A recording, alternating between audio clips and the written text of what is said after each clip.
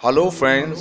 Boyfriend और girlfriend के पुरफरेब खुशनुमा अल्फाज में मगन और सुबह शाम हाय जानू करती हमारी नई नौजवान नस्ल को क्या मालूम था कि खिलाफत उस्मानिया क्या है। सुलेमान शाह उर्तुगल और उस्मान कौन लोग थे, किस लिए जीते थे, उनकी जिंदगी का क्या मकसद था, उन्होंने अपनी कौम, कबीले और पूरी उम्मत मुस्लिमा के लिए क्या कारनामे अंजाम दिए, किस तरह अपनी कौम को जुल्म सितम से निजात दिलवाई।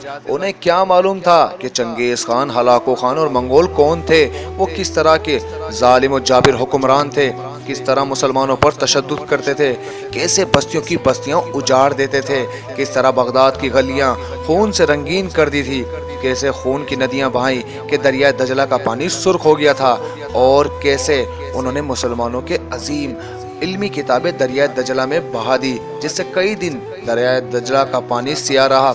अल्लाह भला करे तुर्की का कि डायलिसिस उर्तुगल के जरिए उसने इंटरनेट और इश्क व माशूकी में पड़ी कौम को झंझोड़ कर रख दिया, एक नए अंदाज से जीने की उमंग पैदा की और उन्हें एक नए रुख पर डाल दिया।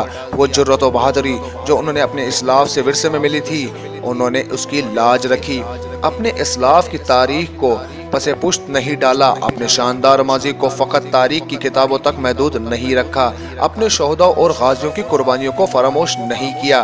डायलिसिस उर्तुगल का फ़ायदा ये हुआ कि आज हमारे नौजवान उर्तुगल और उस्मान जैसे नामवर मुस्लिम लीडरों से वाकिफ हो गए। दुनिया के कोने कोने में तुर्की और खिलाफत उस्मानिया के डंके बजने लगे।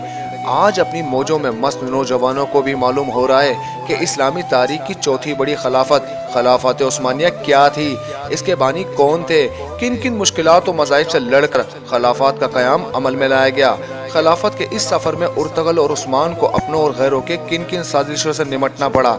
हाइमा खातून को किस तरह हिम्मत और हौसला, जानशानी और सब्र इस्तकामत से काम लेना पड़ा। इस अजीम कौम ने तारीख के औराक में कैसे कैसे आन मट नकूश छोड़े। सुभान अल्लाह, यकीनन यही लोग थे जो अल्लामा इकबाल के इन अशार के मज़दाक हैं। थे हमें एक तरह मार का आरुओं में, खुशकियों में कभी लड़ते कभी दरियाओं में, दी अजाने कभी यूरोप की कलिसाओं में, कभी अफ्रीका के तपते हुए सहराओं में। शान आंखों में न चुपती थी जहां दारों की, कलमा पढ़ते थे हम छाँव में तलवारों की।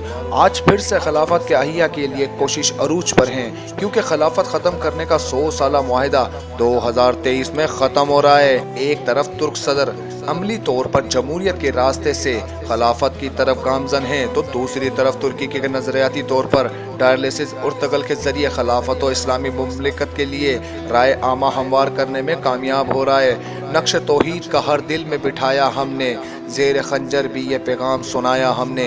यकीनन वही कौमें हमेशा जिंदा रहती हैं जो अपने इस्लाफ के नक्श कदम पर चलती हैं, और तुर्की का ये दौर भी तारीख के दरख्शा अबवाब में सुनहरे हरूफ से लिखा जाएगा। हम तुर्की के इस अजीम कारनामे पर खराज अकीदत पेश करते हैं और दुआओं के ढेरों तोहफे हदिया में पेश करते हैं।